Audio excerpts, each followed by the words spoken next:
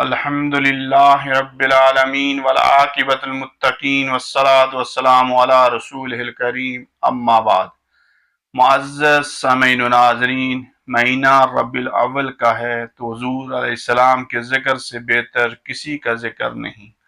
انسان کے مسام جہاں تذکرہ رسول سے ہی معطر ہوتے ہیں۔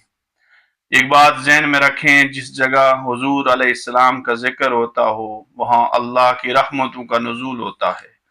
جب حضور صلی اللہ علیہ وآلہ وسلم کا ذکر آپ سنیں، یعنی حضور صلی اللہ علیہ وآلہ وسلم کا نام آئے تو ضرور کہیں صلی اللہ علیہ وسلم،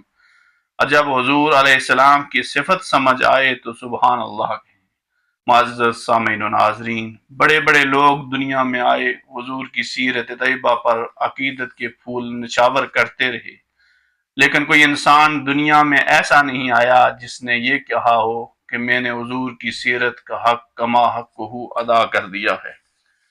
معزز سامعین و ناظرین، حضور صلی اللہ علیہ وآلہ وسلم کے ساتھ عشق اور محبت ایمان کی بنیاد ہے، اور عشق رسول کے بغیر کوئی دعوی اسلام قبول نہیں ہے۔ عشق رسول اساس ہے، عشق رسول بنیاد ہے، عشق رسول اصل ہے، عشق رسول منبع ہے، عشق رسول مرجع ہے، عشق رسول ملجائی ہے، عشق رسول مأویٰ ہے، عشق رسول کائنات کے حسن کا پیمانہ ہے،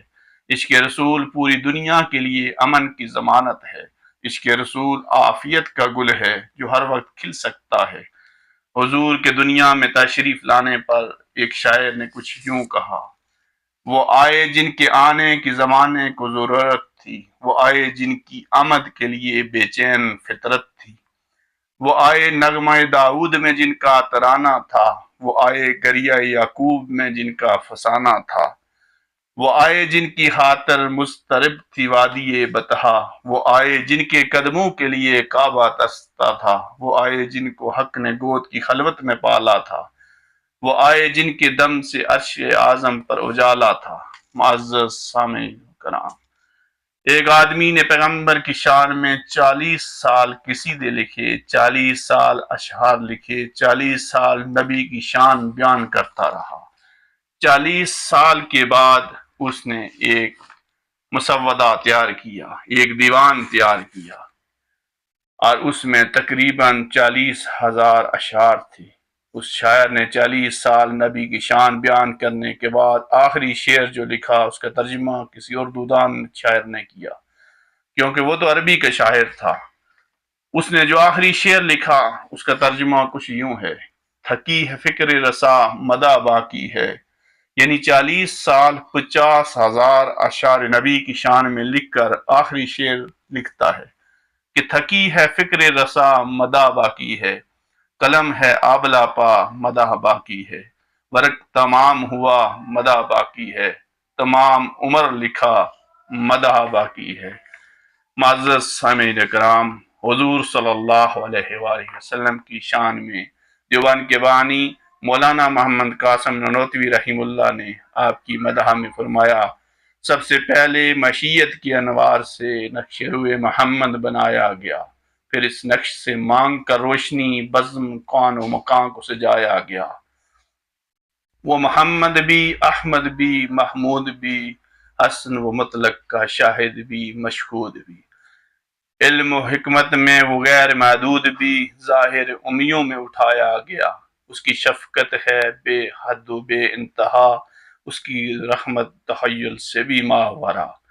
جو بھی عالم جہاں میں بنایا گیا اس کی رحمت سے اس کو بسایا گیا۔ وہ حضور کی شفاعت کا ذکر کرتے ہوئے یوں لکھتے ہیں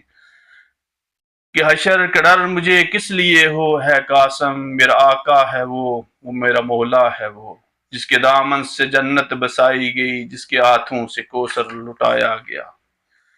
آج ہر آدمی اپنے آپ کو عاشق رسول سمجھتا ہے، سمجھنا بھی چاہیے،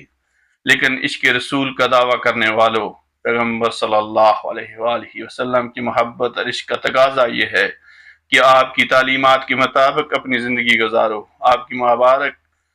کی مبارک سنتوں کو زندہ کرو، اپنی عملی زندگی میں نافذ کرو۔ آخر میں یہی کہتا ہوں: